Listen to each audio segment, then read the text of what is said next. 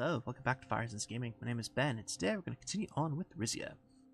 The last time out, we had a meeting with Prime Minister Alvarez from Westbia that did not go particularly well. And we had a meeting with our small council about the current state of the kingdom, which is also not going well. Things have all of a sudden started to collapse here, which is not brilliant. A massive budget deficit. Yeah, we'll see. I'm hoping once some of these other things finish up, like the gold mine here. Does it say? No, it doesn't really say how much longer on that. Yeah, I'm hoping a few of these things will take effect here soon, and that'll at least, oh geez, start to balance some stuff out. But, yeah, geez, looks like we got 3 exclamation points, a couple newspaper articles, and at least 1 report. Let's go to Torpor and start out with the report here. See, Torpor hit by recession. The coastal town of Torpor, known for its tourism industry, is suffering severely as a result of the economic downturn. While tourists continue to visit the city, a significant reduction in small businesses risks turning parts of the city into zones devoid of economic activity, especially in poorer neighborhoods. Fantastic. And we got another one here from Port Drazon. Marches declared unlawful.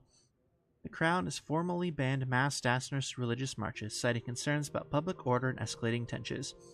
Authorities were seen removing protest banners from squares and alleyways. While the city remains quiet for now, religious leaders warn that the move could provoke further unrest if left unchecked. Brilliant. Okay. Let's check out the news. Looks like we got one from each one. So, from the Royal Herald, RPP elects new leader, Adolfo Sotolato. In a closely watched announcement, the Rizian People's Party, RPP, has declared Adolfo Sotolato as its new leader following a tense internal election. While the RPP claims this signals a fresh direction, skeptics are already questioning whether this change is little more than a reshuffling of the same disruptive ideals that have long plagued the party. Sotolato, a lesser-known figure until now, has been a consistent voice among the RPP's radical faction. Early murmurs suggest he may steer the party towards more aggressive strategies, aligning himself with hardliners who seek confrontation over cooperation. This could mean further calls for land redistribution, an aggressive rhetoric against the crown, dangerous proposals that risk destabilizing the kingdom's hard-won order. Rizia needs leadership grounded in tradition, stability, and sensible governance, values championed by the Rizian National Coalition and upheld by His Majesty the King. As the RPP turns to Sotolato, one must ask, is this truly a new chapter for the party, or simply a new face for the rapidly increasing chaos? And from Geopolitico, ideological dispute between Galmland and Volksland intensifies. Under the leadership of Galmland's second female leader, Brigid Halvarsdottir,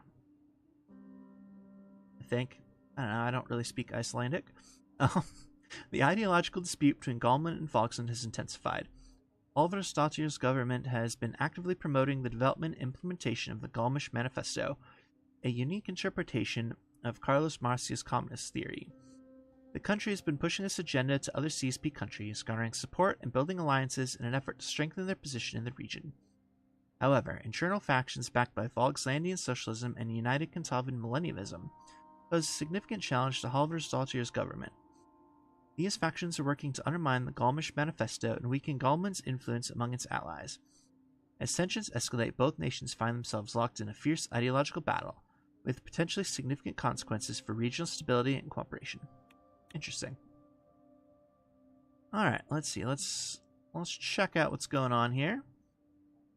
Let's see. So we can begin the South Mercopan Alliance initiative. Should be fun. I have no money, so cool. Let's see. A Golkinist blockade. And Grace trade volume crashes. Fantastic. I guess let's just deal with that first. It's not going to be good, but okay. Alarming economic reports reveal a significant drop in trade volume with Grace, previously our most crucial economic partner, adversely affecting the treasury budget. This development necessitates prompt and strategic responses to mitigate the impact on our economy. Possible actions include seeking new trade alliances or bolstering domestic industries to lessen our dependence on our fellow monarchies. -1 budget per turn, -1 authority. Fantastic. Exactly what I needed. Alright, well, let's head to Isa. Check out this Golkinist blockade. Maybe I can get some of that authority back so I can sell some energy. Let's see. Golconist merchants and clergy have organized a blockade in Isa, disrupting trade and halting movement through the key city districts. They demand an end to their faith's exclusion from local councils and insist on greater support for their communities. The situation has already begun to affect local commerce and stability. Boy, okay. Let's blame the RPP. I don't know anymore at this point. It's fine. Alright, well, at least that didn't hurt us any. Oh, jeez. Okay. See, looks like we got a report here from Grace. Grace countries express regret at falling trade volume. Several Grace countries, including Rumberg, have expressed their regret at the reducing levels of trade between Rizia and the rest of the bloc, and hoped it could improve in the future with renegotiated trade agreements. I mean, we did build that port expansion that Queen Beatrice wanted. We haven't heard anything back about that, so I don't know. We'll see what happens. Okay. Well, this probably isn't going to go well, but let's check out funding the South Marcopan Alliance. Yeah, that's what I thought. We are establishing the basis of South Marcopan Alliance, a significant venture aimed at enhancing our international presence and influence.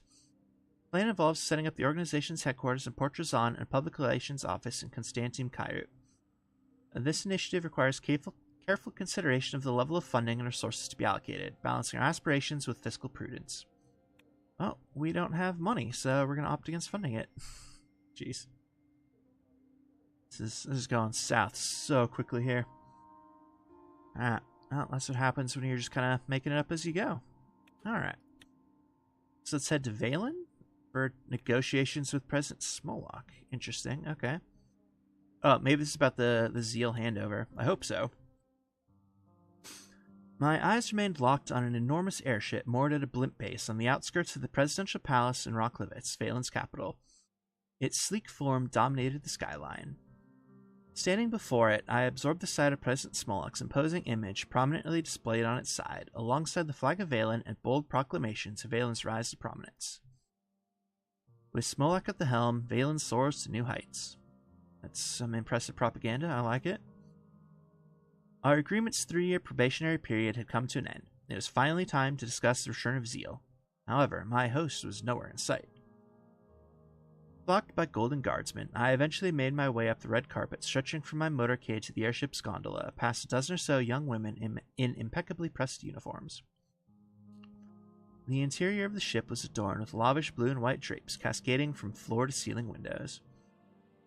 Plush magenta seats lined the cabin, each embellished with opulent tassels and cushions embroidered with the Valen crest.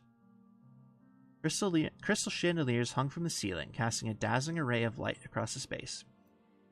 Seems just ridiculously over the top for a blimp, but alright. The gondola cabin practically screamed excess, to the point of absurdity. Yeah, no kidding. And there, standing amongst it all, was the man of the hour, Viktor Smolak. Welcome aboard, Your Majesty. So glad you could join me. It was then I noticed he was carrying a baby who couldn't have been more than a year old. Future leader in training? Ha, you could say that. After 11 daughters, courtesy of my 8 wives, all of whom I'm still married to, I finally have a boy. Meet Viktor Smolak II. We are having a father-son weekend. Interesting. I never took you for a family man. I get that a lot. I think it's the mustache. It was then that I felt the airship begin its ascent. I looked out the window as the sprawling capital city beneath us became smaller and smaller. Well, whenever you're ready, I'm more than happy to begin our discussion. Hey, take a step back, relax and enjoy the ride. We've got a long flight ahead of us. I think it's supposed to be, there'll be time for all of that soon enough. Several hours later, after falling asleep on one of the lounge chairs on the observation deck, I was startled awake by the sharp slap of a newspaper hitting the side table beside me. I don't know if that's a smart idea falling asleep on this thing, but, you know. It was a copy of the Royal Herald, the top story being the revelation about Lesbie's involvement in the Friendship Day bombing. Smolak was standing over me with a grin on his face. Little Viktor was in his arms. Just look at that. It's amazing what we can accomplish when our two nations work together. Would you care for a drink? We've got everything. Just a water, if you will. His Majesty shall receive all the hydration he desires. Come with me. We made our way to a private room where drinks were already set out for us. Even the baby had a bottle waiting for him.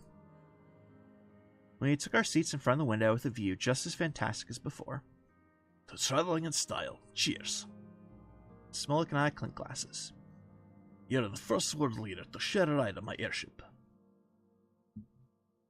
I'm honored. Let's be polite. You should be. Everyone else is so official and by the book. I could invite Prime Minister Alvarez here, but he'd pay more attention to the liquor than the view. And Queen Beatrice? Ha, forget about it. It's as if they don't want to be friends, not like us.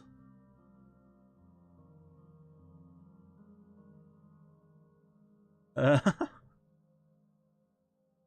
don't want to go with this one because it seems like the snarkier answer, but we're going to just go with this one. But if I can click it, there we go. I suppose it depends on how you define friendship. If only you should mention it. Smolak sipped his drink before pulling out a cocktail napkin from his jacket pocket. There was vague scribblings on it. We signed an agreement regarding that very subject. He held up the napkin where I could make out a list of the terms to our amended treaty. I seem to remember being much longer. Dozens of pages longer, in fact. Let me fill you in on a little secret. You know, being friends and all. I don't read any of the bills or treaties I put my name on. I have a whole department whose job is to handle that. I prefer the annotated version, direct and to the point. He waved his napkin around once more. Super professional.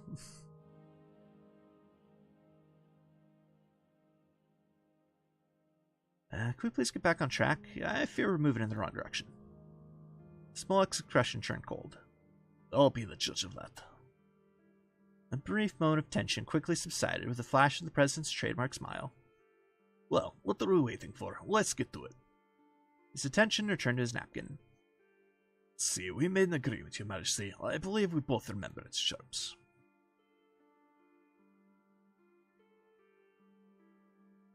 Indeed, we made a trade deal.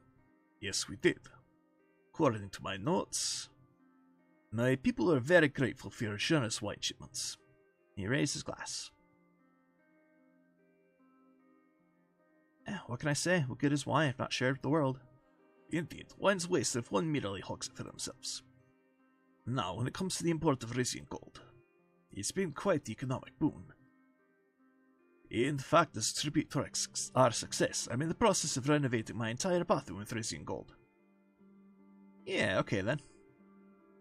Soon my morning routine will feel like a royal coronation.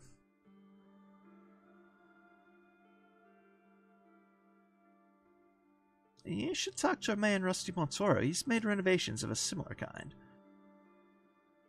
I wouldn't want me. It's the most important room in the house. Now, as for security-related matters, if I'm deciphering my handwriting correctly, it says here, you didn't break any of the security or counter-terrorism promises you made to Valen. Oh, wait, that's because you never made any such promises in the first place. I have to reiterate how disappointed I am that Rizia turned a blind eye to the unrest and turmoil brewing within your neighbor's borders.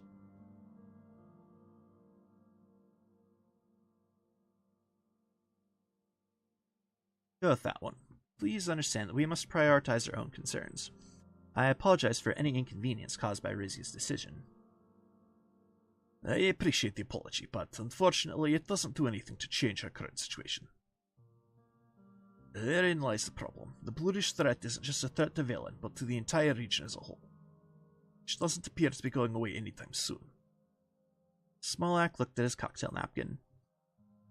By the way, I've heard nothing but gratitude from expatriates in my country working in Rizia. You've really taken it upon yourself to better their situation. So that's it for the treaty. I hope you understand that I have reservations about our partnership, given the events of the past few years.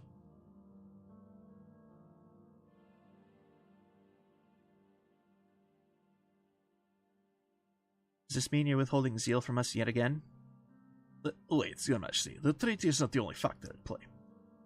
I was very happy at how you and your security forces handled the Friendship Day bombing investigation. Even if the culprit wasn't whom either of us expected, it seems as if you're finally coming to your senses regarding your one-sided relationship with Rumberg. I need to think about this for a second. Smolak finishes drink very slowly. So, what do you say? Does Rizia meet your criteria for friendship? Well, as far as friendship goes. Smolak abruptly halted mid-sentence, seemingly captivated by the view outside the window. He stood up and approached the glass. Churning to see what had caught his attention, my gaze caught the rays of the setting sun traveling across an open body of water, illuminating an all-too-familiar city on a distant shore. Your Majesty, may I present Zille?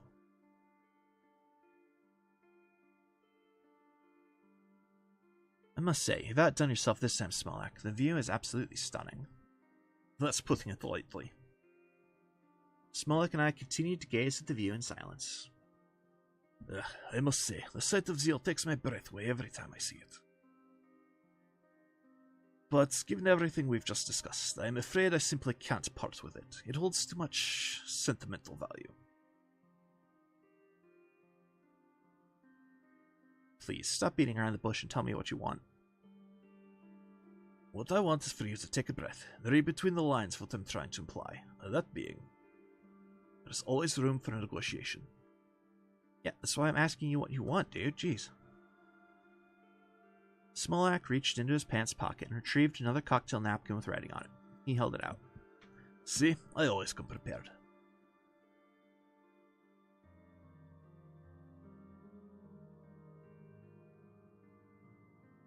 Very well, give it here.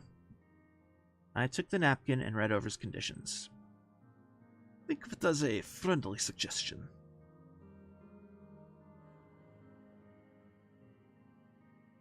I'm just gonna kind of just see what he wants here. Looks like you're still keen on beefing up your military arsenal. With Arkazi breathing down my neck, let alone Rumberg, power projection is everything. Not to mention our special military operations BFF. They're to be defeated, we need the means to do so.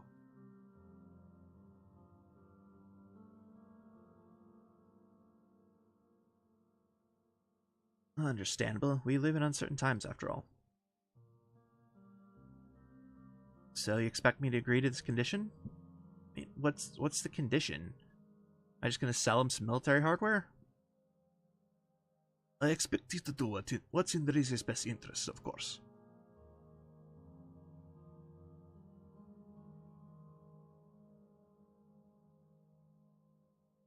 I still don't know what the condition is.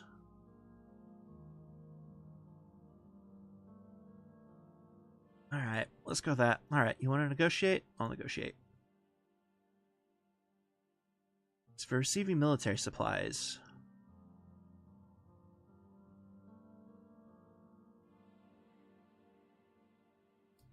Let's just go with that. I think we can handle it. I can agree to that, provided it doesn't entangle us directly in any conflict you're currently waging. I guarantee that if Valen deploys such weapons, Rizia won't take the blame. Those targeted will likely be too busy dealing with the consequence. A quiet moment settled between us. Smolak once more directed his gaze towards our vantage point of Zille. He appeared unusually solemn. By this time, the sun had completely disappeared beyond the horizon, and the lights of the harbor city were coming to life. I said it once, but I'll say it again. The sight of Zille will always take my breath away. Which is why I will very much miss seeing the Valen flag flying proudly over it. That just went weirdly half Scottish, but that's okay. Miss seeing Valen's flag fly over it. Hold on, did you just say what I think you said? I'm saying that you have gone above and beyond in your efforts to secure Zille's return to Rizia. And you have my most sincere respect and deepest admiration. As far as I'm considered, Zille is yours.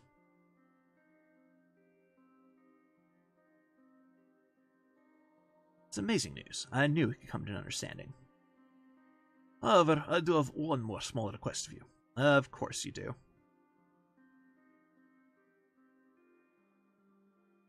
Alright, go on, let's hear it. It goes without saying that I've become quite fond of Zille. The last thing I'd ever want is to never step foot there again. Well, that's why, as a final gesture of goodwill and to solidify our agreement, I request ownership of your mother's childhood home. It would not only serve as a symbol of our mutual trust, but commitment to the future of our nations.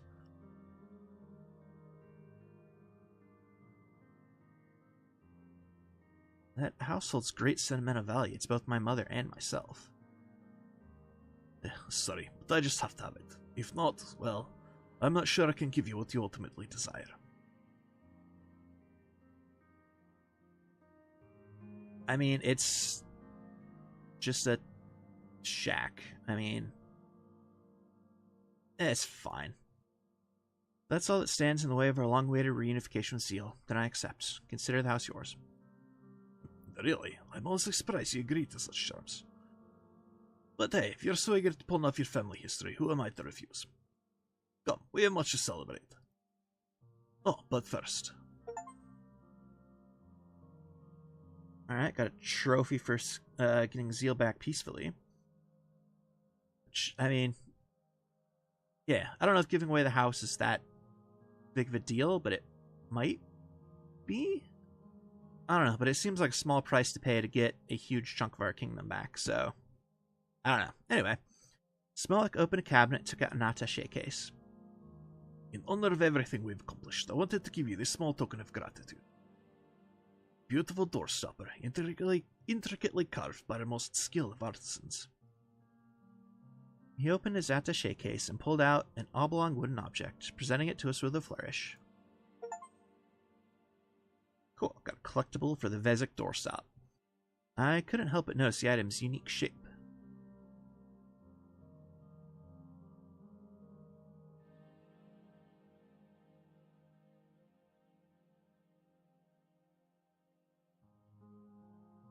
So let's... this is a toughie.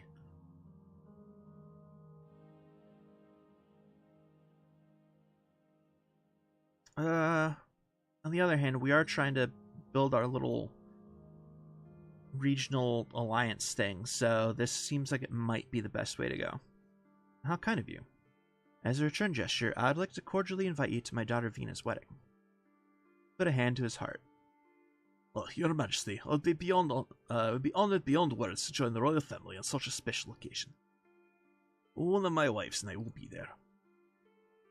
Amidst sipping on fine wine and reveling in each other's company, the significance of our successful diplomatic negotiations for Zille's return gradually became apparent. However, it wasn't until after our descent during my journey back to the palace that the full weight of it all truly struck me.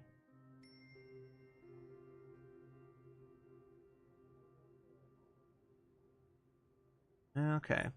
Looks like we lost another bit of authority from the power projection. Which I kind of expected, but that's okay. Let's see, looks like I've got a couple more news articles. Let's check those out first. So, from the Royal Herald, Zille to be returned to Rizia swiftly. King Romus embarked on a journey to Valen for a crucial meeting with President Smolak regarding the return of Zille. Much to the Crown's surprise, President Smolak whisked him away on an airship tour over Valen during their negotiations. As negotiations progressed, the airship floated near Zille, providing a poignant backdrop for the discussions. Amidst the breathtaking scenery, King Romus and President Smolak found common ground, paving the way for Zille's return to Rizia. Rizians across the kingdom celebrate the news, eagerly awaiting the reunion with their beloved province. This diplomatic triumph not only strengthens the bond between the two nations, but also heralds a new era of cooperation and prosperity for all involved. With hope in their hearts and unity in their actions, King Romus and his kingdom stand ready to embrace the promising future that lies ahead. And from Geopolitico, circling over Stallport. Patricio Alvarez, the Prime Minister of Lesbia, on his scheduled visit to the Republic of Agnolia to meet Prime Minister Van Horten, had failed to get off the plane when it landed on the Stallport International Airport. It is believed that he had been too drunk to get off the plane. The assembled dignitaries waited at the airplane at the scheduled hour, but Alvarez's plane did not land. Airport officials reported that it was circling over Stallport. After circling for 2 hours, the plane landed, but Alvarez did not come out.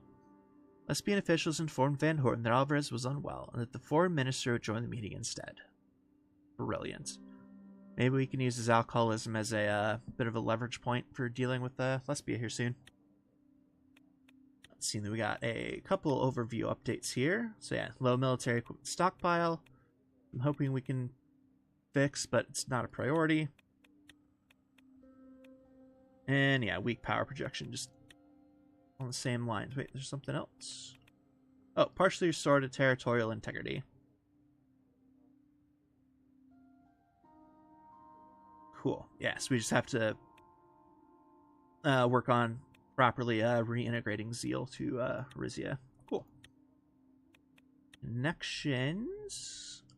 Just adding a Darfo Sotolato as the new speaker or whatever it is. House speaker. Cool. Alright. Well, let's see here. I guess let's head to the House of Delegates. Side by side, Hugo and I walked once more through the hall of the House of Delegates. Politicians in their variously colored sashes hurried past us, some bowing, others walking upright with averted gazes.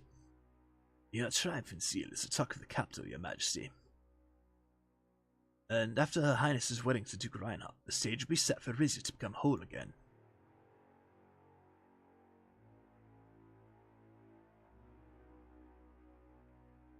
I know you had another candidate in mind for Her Highness, but I hope you'll agree I made the right choice. As long as reunification goes as planned, yes. Hugo and I took our usual seats on the dice. Not 100% sure how to say that one. That's alright. The delegates filed in, followed shortly by Daria de Rava and House Speaker Adolfo Sotolato. As Sotolato approached his podium, I saw he wasn't wearing a sash or even a tie. He had a harshness to his features that made him seem older than his years. He rang the bell, its high, clear sound contrasting with the raspy edge of his speaking voice. Good afternoon, everyone. His eyes were fixed on Hugo and myself with a steely intensity. Your Majesty, Your Grace, Madam Speaker. We open this session by acknowledging the success of the Zille Agreement and the imminent return of Rizia's long-lost territory. The delegates broke into applause, with Daria clapping loudest of all. Darfo held up a hand for silence. This should be a cause for celebration as we welcome back our brothers and sisters who have been separated from us for so many years. He cast his gaze around the chamber.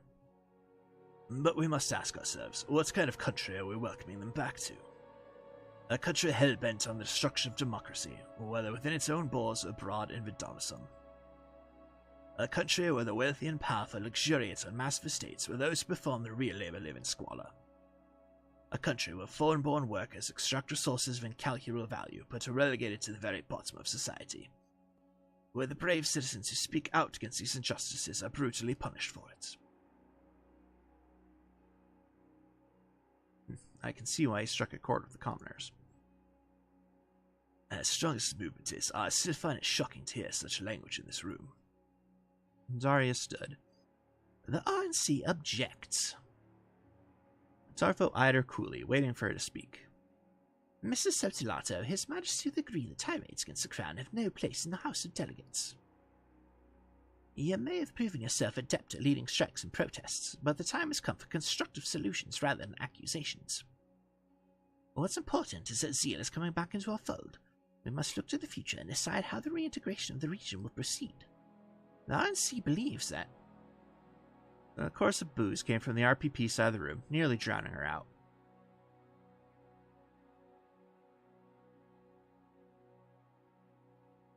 The reintegration of Zille is important to me as well. I want to hear where the delegates stand on it. Daria raised her voice to be heard over the discontented murmurs of Darfo's followers.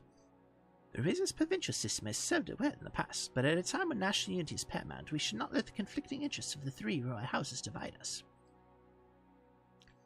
Furthermore, we in the RNC wonder whether the Saisons deserve to be granted more territory.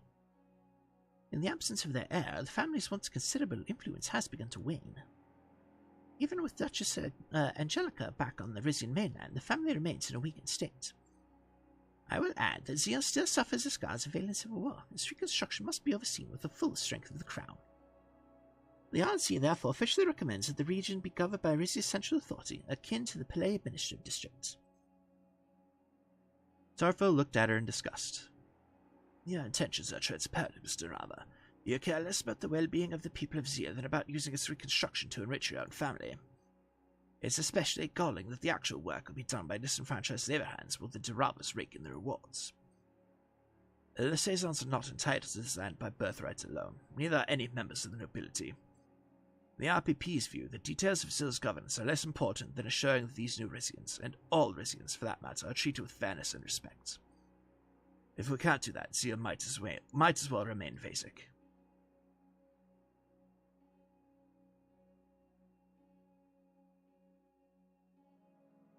And how do you propose the Crown improve the lives of the Rizians, Mr. Speaker, besides what we've already done, which is honestly very little? He spoke calmly. Let's put aside the Zille issue for a second and address the elephant in the room. The RPP has evolved. My former colleague from House Sezon believed that meaningful change in Rizia could only happen gradually through compromise with the ruling class. As he came from a place of privilege, the majority of Rizians cannot afford to wait, nor can they compromise. My party was once content to accept whatever crumbs of acknowledgement we could get from the Crown. Now we have the strength and imagination to demand more. If the monarchy wants to stay in power, it should use its decree powers to make real, tangible differences in people's lives. We're becoming a world leader in natural gas. We should share the profits with those who need them most. Our public transport is subsidized. Why shouldn't it be entirely free of charge? People on the streets are demanding affordable healthcare. Why not make medical treatment free for everyone? There's been talk of giving stimulus checks to Rizian citizens. Why not a monthly base wage payable to all that allows them to pursue education and innovation without living in constant fear of poverty? Zarya interrupted in a rush. This is childish, Mr. Sotolato, a millennious pipe dream. You claim that you want to empower the Rizian people, then insist the Crown coddle them as if they are incapable of meeting their own needs.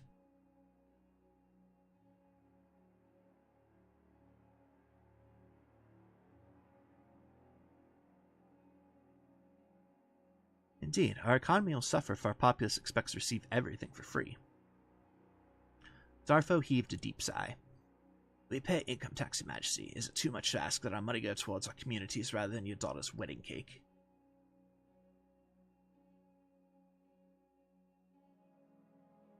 Can't promise anything, but send me your proposals.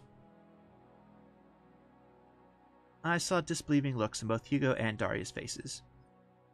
I mean, there's nothing wrong with looking at them. I will, right away. After a few final formalities, the House of Delegates session disbanded. Hugo stayed in his seat, looking pensive. What are you going to do about Sotolato, Your Majesty?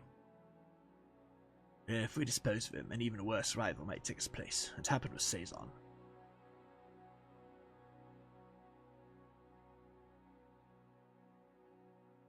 He can say it he wants. I'd rather have him here than causing chaos in the streets. If an anti-monarchist is allowed to hold the floor in Parliament, chaos is inevitable. Together we stepped down from the dais and allowed our guards to escort us out the door. I headed back to Pali Resna to finish some paperwork before dinner.